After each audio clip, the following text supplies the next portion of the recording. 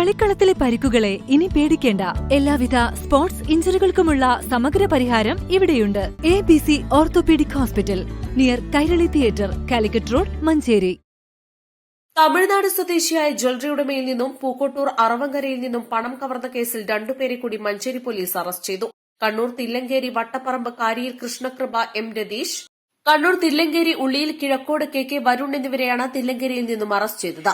ഈ കേസിൽ 3 പ്രതികൾ കൂടി പിടിയിലാകാനുണ്ടെന്ന് അന്വേഷണ ഉദ്യോഗസ്ഥർ അറിയിച്ചു. കോഴിക്കോട് കക്കോടി മക്കട പുത്തലത്തുകുഴിയിൽ അജ്മൽ, കോഴിക്കോട് ഒറ്റത്തെങ്ങ് മക്കട വാക്കേടത്ത് മീത്തൽ ജിഷ്ണു, കോഴിക്കോട് ഏലത്തൂർ പുതിയ നിരത്ത് EK ഷിജു. ഇവരെ രക്ഷപ്പെടാൻ സഹായിച്ച കണ്ണൂർ കേളംപീടിക കിളിയത്തറ കുന്നോത്തുകുടുംബിൽ ജിഷ്ണു, തൃശൂർ കോടാലി ചേമ്പിച്ചിറ പട്ടിക്കാടൻ സുജിത് എന്നിവരെ നേരത്തെ പോലീസ് അറസ്റ്റ് ചെയ്തിരുന്നു.